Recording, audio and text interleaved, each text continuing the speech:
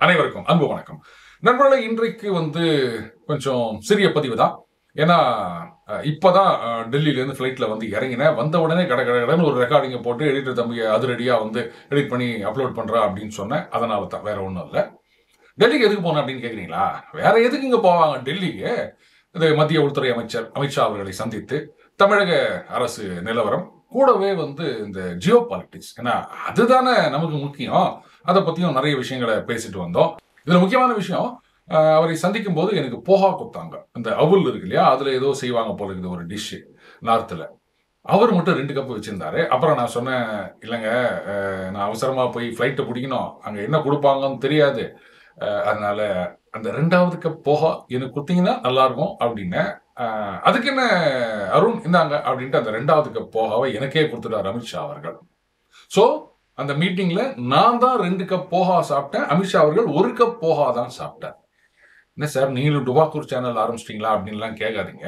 நீ இப்படிதான் நடந்துனுக்குது. திடீர்னு யாரோ வராங்க, நான் அவருக்கு சொந்தக்காரர் அப்படின்றாங்க, நான் டெல்லி போனேன், இந்த மாதிரி அதிமுக ஒன்றிணைய வேண்டும் அப்படின்னு பேசினேன்றாங்க. என்ன நடக்குதுன்னு தெரியல. யாரோ வராங்க, ஆமா அமித்ஷா என்கிட்ட சொன்னார் அப்படின்றாங்க. இங்க இன்னும் சில பேர் நான் இப்பதான் அமித்ஷாவுக்கு போன் பண்ணிட்டு வந்தேன் அப்படின்றாங்க. அமித்ஷா அவர்கள் அவருடைய ஆபீஸ்ல தனியா ஒரு ஆபீசர் அப்பாயிண்ட் பண்ணணும்னு நினைக்கிறேன். இந்த மாதிரி வரதெல்லாம் சோசியல் மீடியாவில் இருக்கிறதெல்லாம் பார்த்து ஒரு மறுபறிவிக்கை குத்துனே இருக்கணும். இவரை நான் பார்க்கவில்லை, இவரை நான் சந்திக்கவில்லை, நான் போகா சாப்பிடவில்லை, இவருக்கு போகா கொடுக்கவில்லை, இப்படிலாம் டெய்லி ஸ்டேட்மெண்ட் கொடுக்கணும் போல இருக்குது. அந்த அளவுக்கு ஆளாளுக்கு அடிச்சு விட்டுனுக்குறாங்க. ஒரு நம்பகத்தன்மை, இதெல்லாம் நம்புவாங்களா ஜனங்க, சிரிக்க மாட்டாங்களா அப்படின்றத பத்திலாம் யாருமே கவலைப்படுறது கிடையாது. சிரிங்க சிரிங்க, சந்தோஷமா இருங்க, இதுதான் இன்னைக்கு எல்லாருடைய நோக்கமாக இருக்கின்றது. அதனால நாமளும் சிரின்னு சிரிச்சுட்டு போவோமா என்ன? இப்போ ரைட், இப்போ கொஞ்சம் சீரியஸா சில விஷயங்கள் பார்ப்போம். Title matter. நேற்றைக்கு சிந்தனையாளர்கள் கூட்டம் பாஜகல. என்னை பொறுத்த வரைக்கும் பாஜகவுக்கு நான் என்ன ஒன்னே யோசனை சொல்வேன், அறிவுரைலாம் நான் சொல்ல மாட்டேன், அதுக்கு நமக்கு தகுதி கிடையாது. யோசனை என்ன சொல்வேன் அப்படின்னா, வேறங்க உங்க கட்சியில சிந்திக்கிறதுக்கு 1000 பேர் 1,00,000 பேர் இருக்காங்க, சிந்தனை பண்ணினே இருக்காங்க எல்லாரும். அதான் சொல்லுவேன்ல, அந்த சிந்தனை குளம், திங்க் டேங்க். ஆமா, அதுலதான் எல்லாரும் மும்முரமா இருக்காங்க. இந்த சிந்தனையை செயல் வடிவமாக்க வேண்டும். இங்கெல்லாம் பாத்தீங்கன்னா சிந்திக்கிறதே கிடையாது, செயல் மட்டுமே நடக்கின்றது. அதனால இந்த சிந்தனை வீரர்களுக்கு பதிலாக செயல் வீரர்கள் கூட்டம்னு ஆரம்பிச்சீங்கன்னா நல்லா இருக்கும் அப்படின்னு நினைக்கிறேன்.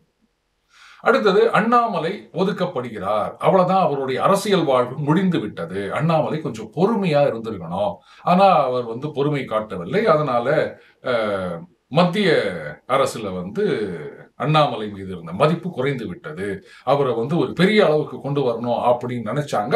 இப்ப கட்டம் கட்டிட்டாங்க.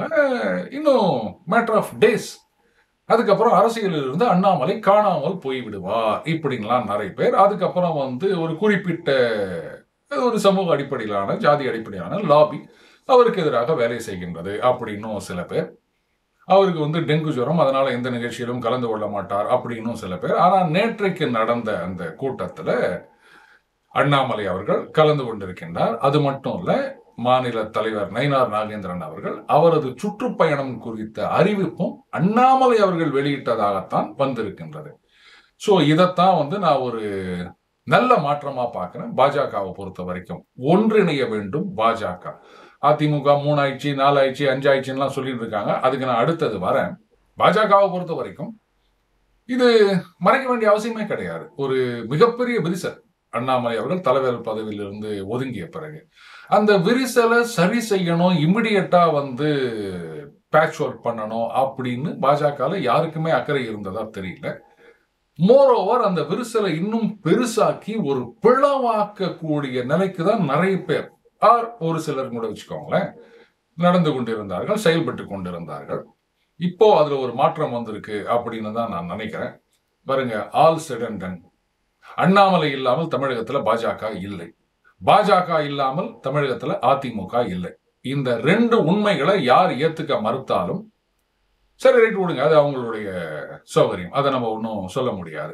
உடனே தனி மனித துதிப்பாடுதல் அப்படின்னு சொல்லுவாங்க. மோடி இல்லாமல் இன்றைக்கு பாஜக மத்திய ஆட்சின்றதை பத்தி யாராவது யோசிச்சு பார்க்க முடியுமா? அப்போ அந்த இடத்துல வந்து மோடி தான் எல்லாம்னு சொல்லும் போது அப்ப அது தனி மனித துதிபாடுதலா தெரியல. ஒரு மாநிலத்துல ஒரு சின்ன லெவல்ல சொல்லும் போது மட்டும் ஏன் உங்களுக்கு அது தனி மனித துதிபாடுதலா தெரியுது? எனக்கு புரியல. மத்தியில மோதி மோதி நாடு முழுக்க எங்க போனாலும் மோதி அப்படின்ற ஒற்றை குரல் தான். அங்க வரவங்க எல்லாம் மோதிக்கும் பாஜகவுக்கும் ஓட்டு போடுறவங்க எல்லாம் வந்து அந்த சித்தாந்தத்தை பார்த்து தான் ஓட்டு போடுறாங்களா? மோதி அப்படின்றத ஒற்றை சொல். அதுதாங்க எல்லா இடத்துலயும். இங்க மட்டும் ஏன் அதை ஏத்துக்க முடியலன்னு எனக்கு புரியல. இப்போ அவர் வந்து அப்படி என்ன பெரிய சாதித்து விட்டார், நாங்க செய்யலையா, அவங்க பண்ணலையா, இவர் பண்ணது அப்படி இப்படின்னா நிறைய கம்பாரிசன் நிறைய பேர் கட்சிக்குள்ள இருக்கவங்களே போட்டுக்கிறாங்க. பாருங்க, நிஜமாகவே வந்து இங்க வந்து தனி மனிதர் முக்கியம் இல்லை, கட்சி தான் முக்கியம். இன்ஃபேக்ட் சொல்ல போனா நாடு முக்கியம், அதுக்கப்புறம் தான் கட்சி அப்படின்னு நினைக்கிறது உண்மையா இருந்தால் அவருக்கு மட்டும் ஏன் இவ்வளோ பாப்புலாரிட்டி அப்படின்னு யாரும் யோசிக்க கூடாது. அண்ணன் எச் ராஜா எடுத்துக்காங்க, எத்தனை வருஷமா அவர் கட்சியில இருக்காரு, இவ்வளோ அப்ஸ் அண்ட் டவுன்ஸ். சரி, தமிழக பாஜகவை பொறுத்த வரைக்கும் டவுன் அண்ட் டவுன், அதுதான் ஓகே, ஒத்துக்கலாம். ஆனா அண்ணாமலை அவர்கள் வந்த பிறகு அவருடைய அந்த அப்ரோச் எப்படி இருந்தது யோசிச்சு பாருங்க. சரி, அதை விடுங்க. இப்போ அண்ணாமலை அவர்கள் தலைவர் பதவியிலிருந்து விலகி விட்டார். கிட்டத்தட்ட எல்லாரும் அவரை ஒதுக்குற மாதிரியே நடந்துட்டு இருக்காங்க. Right.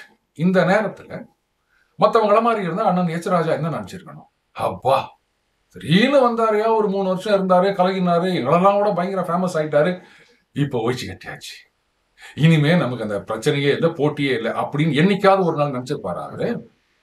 On the other hand, பா அரியா, ஒரு இளைஞன் புதுசா ஒரு பையன் வந்துக்கிறான், பாஜக வந்து ஒரு பெரிய உயரத்துக்கு கொண்டு போவான், ஆல்ரெடி கொண்டு போயிருக்கான், இன்னும் பெரிய உயரத்துக்கு கொண்டு போவான் அப்படின்னு எனக்கு நம்பிக்கை இருக்கு.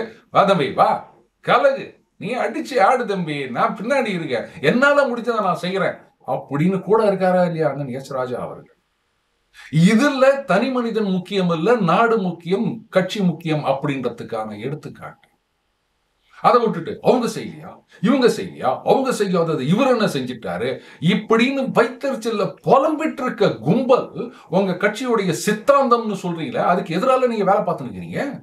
தனி மனித துதிபாடுதல் தவறு அப்படின்னு சொன்னா, தனி மனித வெறுப்பு அப்படின்றது, அதுவும் உங்க கட்சிக்குள்ளேயே இருக்கவருக்கு மீதான வெறுப்புன்றது அதை விட மோசம் இல்லையா? இதையே வந்து இங்க இருக்கிற சில சில்வண்டுகள்லாம் யோசிச்சு பார்க்க மாட்டேதுன்னு தெரியல.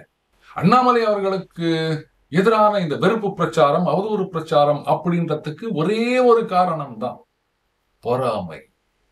வயிறு எரியுது, ஜெலிசில் கிடைக்கல போல இது கடையில. இதை தவிர வேற ஒண்ணுமே கிடையாது.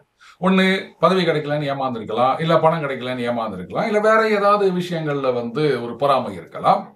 அதுதான் இன்னைக்கு இப்படி வந்துட்டு இருக்கு. தேர்தல் நேரத்துல தன்னுடைய சொந்த கட்சியின் முன்னாள் தலைவரை பத்தி யாராவது அவதூறு பேசுவாங்களா? மற்ற கட்சிகள்ல இருந்து பேசணும், ஆனா அவங்க பேசல. ஏன்னா அவங்களுக்கு தெரியும் இது டுபாக்கூர், இதுல உண்மை இல்லை, சொல்லிட்டு எதுக்கு மாட்டிக்கிறது அப்படின்னு. சொந்த கட்சியில இருக்கவங்களே இது மாதிரி பண்றாங்க அப்படின்னா அப்புறம் இதை வந்து வைத்தறிச்சல்னு சொல்லாம வேற என்னன்னு சொல்றது? அடுத்தது இந்த பாஜக பாருங்க, இந்த சித்தாந்தம், நாங்கள்லாம் கொள்கை ரீதியான கட்சி, இப்படியே நீங்க வந்து வடை சுட்டுனீங்கன்னா வேலைக்கு ஆகாது. இன்றைக்கு பாஜக தவிர மற்ற வேற எந்த கட்சியிலையாவது பாருங்க, 3 வருஷம் தான், 3 வருஷம் கம்யூனிஸ்ட விட்டுருங்க, அதை வந்து நான் ஒரு கணக்கிலே எடுத்துக்கல, 3 வருஷம் இல்ல 2 வருஷம் இதுக்கப்புறம் கிடையாது அப்படின்ற ஒரு விளையாட்டு எங்கேயாவது இருக்குதா சொல்லுங்க? காங்கிரஸ் கட்சியில கூட பாத்தீங்கன்னா ஜனநாயக முறைப்படி பொதுக்குழு இவங்கெல்லாம் கூடி அந்த குடும்பத்தில் இருக்கவங்களையே தலைவராக கொண்டு வந்து வைப்பாங்க. தப்பி தவறி வேற யாராவது தலைவரா வராங்க அப்படின்னு சொன்னாலும் அவரே வந்து ஹைகமாண்ட் அப்படின்னு சொல்லுவாரு. சொன்னதை பார்த்தோமா இல்லையா நம்ம, அதனாலதான் நான் சொல்றேன். அப்போ அதிகாரம்ன்றது அந்த குடும்பத்தின் கையில் மட்டும்தான் இருக்கின்றது. ஆனா இங்க அப்படி கிடையாது. சரி, 3 வருஷத்துக்கு ஒரு தடவை தலைவரை மாத்துறீங்க, அப்புறம் ஏங்க ஒட்டுமொத்தமா எல்லா நிர்வாகிகளையும் மாத்துறீங்க? 3 வருஷத்துல ஒரு நிர்வாகி பதவி கொடுக்குறீங்க அப்படின்னு சொன்னா எந்த அளவுக்கு அவரால் வந்து அந்த மக்களோடு தொடர்பு ஏற்படுத்திக் கொள்ள முடியும், செல்வாக்கை வளர்த்து கொள்ள முடியும்? அப்பதான் கொஞ்சம் கொஞ்சமா டெவலப் பண்ணிட்டு வருவாங்க. அப்படியே கருவேப்பிலை மாதிரி தூக்கி போட்டுருவீங்க. அதுக்கப்புறம் வேற ஒருத்தர் வருவாரு, அவர் மறுபடியும் அந்த 3 வருஷம் பில்டப் பண்ணி கொண்டு வரணும்னு நினைக்கும் போது அப்படியே தூக்கி மறுபடியும் போட்டுருவீங்க. எல்லாம் முன்னாள் நிர்வாகிகளா போயிருவாங்க. இந்த லட்சத்துல 234 தொகுதியிலும் தொகுதிக்கு வந்து ஒரு 2 பேராது இவர் தான் எம்எல்ஏ கேண்டிடேட் அப்படின்னு சொல்ற அளவுக்கு வளரணும் அப்படின்னா நீங்க தான் வந்து எண்ணம் தான் முக்கியம், எண்ணிக்கை முக்கியம் இல்லை அப்படின்ட்டு ஒரு 10க்கும் 20க்கும் ஒத்துக்கினீங்க அப்படின்னு சொன்னா மீதி 224 இல்ல 214 பேர் என்ன ஆவாங்க? 5 வருஷம் கஷ்டப்பட்டு தொகுதியில வேலை செய்வாங்க, பணத்தையும் செலவு பண்ண போறாங்க, அது வேற விஷயம். எல்லாத்தையும் பண்ணிட்டு ஏதாவது இந்த 20 தாங்க, மற்றதுக்கெல்லாம் சீட்டு கிடையாது அப்படின்னா அதுக்கப்புறம் நாளைக்கு யாராவது வேலை செய்வாங்களா? காங்கிரஸ் இங்க நாசமா போனதுக்கு காரணமே அப்படித்தான். நான் எதுக்குங்க வேலை செய்யணும்? நான் பாட்டுக்கு தொகுதியில வேலை செஞ்சுக்கிறேன் அப்படின்னா ஜென்மத்துக்கு இந்த தொகுதி நமக்கு கிடைக்குமா கிடைக்காதானே தெரியாது. அப்படியே காங்கிரஸுக்கு ஒதுக்கினாலும் அது நமக்கு கிடைக்குமா அப்படின்றதுல எந்த விதமான நிச்சயமும் கிடையாது. அப்புறம் நான் ஏன் வேலை செய்யணும் அப்படின்வாங்க. இப்படித்தான் பாஜக போகணும் அப்படின்னு நினைச்சாங்கன்னா நான் ஒன்றும் சொல்ல முடியாது. அவங்களுடைய சௌகரியம். நாம யார் அவங்களுக்கு எல்லாம் யோசனை சொல்றதுக்கு? அவங்க தான் மிகப்பெரிய ஒரு சிந்தனை குளம் வச்சுக்கிறாங்களே. அந்த குளத்துல 1000 பேர் இருப்பாங்க சிந்திச்சிங்கன்னு. எப்ப செயல்பட போறாங்கன்னு தெரியல. எனியோ இங்க அண்ணாமலை அவர்கள் இந்த கூட்டத்துக்கு வந்தது அண்டு நயினார் அவர்களது அந்த சுற்றுப்பயணம் இதை பத்தி அவர் அறிவித்தது அப்படின்றது இந்த ஒருங்கிணைகின்றார்கள் அப்படின்றதுக்கு ஒரு அறிகுறியாக இருக்கின்றது. இது பிளாஷ் இந்த பேன் அப்படின்ற மாதிரி இல்லாம ஒரு தொடர்ந்த நடவடிக்கையாக இருக்க வேண்டும். நயினார் நாகேந்திரன் அவர்கள் தலைவர், நான் இல்லைன்னு சொல்லல. ஆனா அதுக்காக ஒரு செல்வாக்கு மிக்க ஒருத்தர் இருக்காரு அப்படின்னு சொல்லும் போது அவரை யூட்டிலைஸ் பண்ணிக்கணும். அண்ணாமலை அவர்களை ஒதுக்கி விட்டு இந்த பாஜக அதிமுக கூட்டணி ஜெயிக்கணும் அப்படின்னு நினைச்சாங்கன்னா ஆர்சிபி கூட ஜெயிச்சிரும். அதுக்கு மேல நான் ஒன்னும் சொல்ல விரும்பல. சரி, அடுத்தது அதிமுகவுக்கு வருவோம். எடப்பாடியார் அவர்கள் டெல்லி போயிருக்காரு. ஒரு விஷயம் நம்ம ஏற்கனவே சொல்லியிருந்தோம். செங்கோட்டையன் அவர்கள் டெல்லி போயிருந்தார். அதுக்கப்புறம் அமித்ஷாவை சந்தித்தேன், நிர்மலா சீதாராமன் அவர்களை சந்தித்தேன்னு சொல்லியிருந்தாரு. அப்ப நம்ம என்ன சொல்லியிருந்தோம்னா, இது ஒரு சமரச முயற்சியா? அந்த கூட்டணி கட்சியில இது மாதிரி ஒரு பிரச்சனை இருக்குது, 2 பேருக்கும் ஒரு பேட்சப், அதுக்காக இவங்க சந்தித்தார்கள்னு சொன்னா பிரச்சனை இல்லை. ஆனா இதை வச்சுக்கின்னு உள்ளுக்குள்ள குழப்பம் பண்ணணும்னு நினைச்சாங்கன்னா அது ரொம்ப தப்பு அப்படின்னு சொன்னேன். இப்ப எடப்பாடியார் அவர்கள் அங்க போறார் அப்படின்னும் போது சரி, இது ஒரு சமரசத்துக்கான முயற்சி அப்படின்னு நம்ம புரிஞ்சுக்கலாம். ரைட், இது ஒரு நல்ல துவக்கம் தான், இல்லைன்னு சொல்லல. ஆனா இந்த கெடு விதிச்சது இந்த டிடிவி தினகரன் அவர்கள், ஓபிஎஸ் அவர்கள், சசிகலா அவர்கள் இவங்கெல்லாம் சேர்த்துக்கணும் அப்படின்றது இதெல்லாம் சான்ஸே கிடையாது. மறுபடியும் நான் சொல்றது இதுதான். ஓபிஎஸ் அவர்களை மறுபடியும் இங்க சேர்த்துக்கினா எந்த விதமான பிரயோஜனமும் கிடையாது. அடுத்தது டிடிவி தினகரன் அவர்களை கட்சியில அதிமுக நீங்க சேர்த்துக்கிறீங்க அப்படின்னு சொன்னா அவர் தான் எடப்பாடியார் சிஎம் கேண்டிடேட் இல்லை அப்படின்னு சொல்லிட்டாரு. அவர் பாவம், அவர் ஒரு 25% ஓட்டு வச்சிருக்காரு. அவர் சொல்றதை கேட்டுதானே ஆகணும், வேற என்ன பண்ண முடியும்? அவர் சேர்த்துக்கிறத விட சேர்த்துக்காம இருக்கிறதே பெட்டர். ஏன்னா ஓபிஎஸ் அவர்களை சேர்த்துக்கினாங்க அப்படின்னு சொன்னா கூட ஓரளவுக்கு ஒற்றுமைன்னு சொல்லலாம். ஆனா டிடிவி தினகரன் அவர்களை இங்க சேர்த்துக்கினாங்கன்னு சொன்னா கட்சி நாசமா போயிடும், உருப்படாம போயிடும். அதனால அது சேராம இருக்கிறதே நல்லது.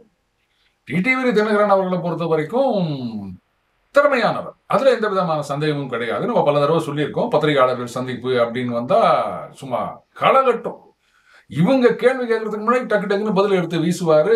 அடுத்து என்ன கேள்வி கேட்கறதுன்னு தெரியாம திணறுவாங்க. அவரை யாராலையும் மடக்க முடியாது.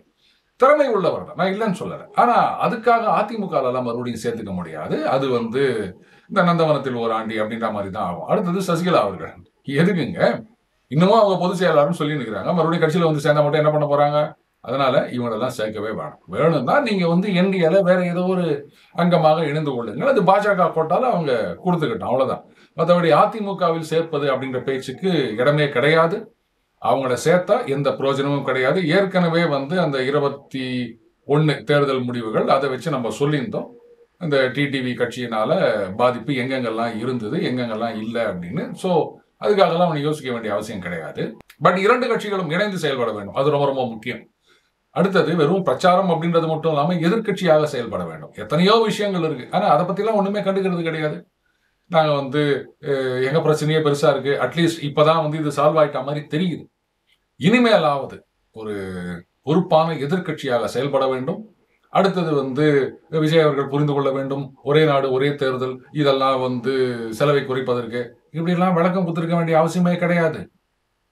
உங்ககிட்ட மெஜாரிட்டி இருக்கா, அதை நிறைவேற்றணும் அப்படின்னு நினைக்கிறீங்களா, நிறைவேற்றிட்டு போயிட்டே இருங்க. இப்போ சீமான் அவர்கள் கனாவினான்னு பேசிட்டு இருக்காரு, அதுக்கு விஜய் அவர்கள் ஏதாவது பதில் கொடுக்குறாரா? அந்த மாதிரி போங்க. அவங்களுடைய எதிரி திமுக அப்படின்னா அத்தோட நிறுத்திக்காங்க. ஏன் டைவர்ட் ஆறீங்க? இவருக்கு பதில் கொடுக்கறது, அவருக்கு பதில் கொடுக்கறது, இவருக்கு விளக்கம் கொடுக்கறது, இதெல்லாம் தேவையா? ஏங்க தாவேகா நேற்று ஆரம்பிச்ச கட்சி, அவங்களுக்கு இருக்கின்ற ஒரு அரசியல் புரிதல் கூட இல்லாம நீங்க இவங்களுக்கு எல்லாம் விளக்கம் கொடுத்துட்டு இருந்தீங்கன்னா இது நல்லா இருக்கா? அவர் என்ன வேணா பேசிட்டு போட்டாங்க. பாஜகவை எதிர்த்து பேசினாதான் நம்ம பெரிய ஆளு அப்படின்னு அவர் நினைச்சிட்டு இருக்காரு. அப்படி நினைச்சிட்டு போங்க. எதுக்கு நீங்க அவருக்கு எல்லாம் பதில் கொடுத்துட்டீங்க? சீமான் விஜய் அவர்களை மட்டும் தான் தாக்கிட்டு இருக்காரு, ஆனா அந்த பக்கம் பதில் இல்லை. அதே மாதிரி நீங்க போங்க.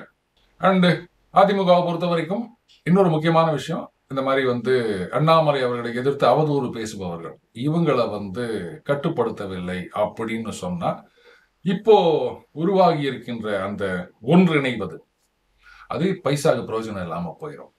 அதனால அதுல கண்டிப்பாக இருக்க வேண்டும் அதிமுக. ஏன்னா இப்படியெல்லாம் அவதூறு பிரச்சாரம் அண்ணாமலைக்கு எதிராக நடப்பதனால் அண்ணாமலை ஆதரவாளர்களுடைய அந்த கணிசமான ஓட்டு இந்த பக்கம் வராது. என்ன பெருசா ஆயிட போகுது, எங்களுக்கு ஆட்சி முக்கியம் இல்லை, தன்மானம் தான் முக்கியம் அப்படின்னு நினைச்சீங்கன்னா அண்ணாமலை ஆதரவாளரும் அதைத்தான் சொல்லுவாங்க.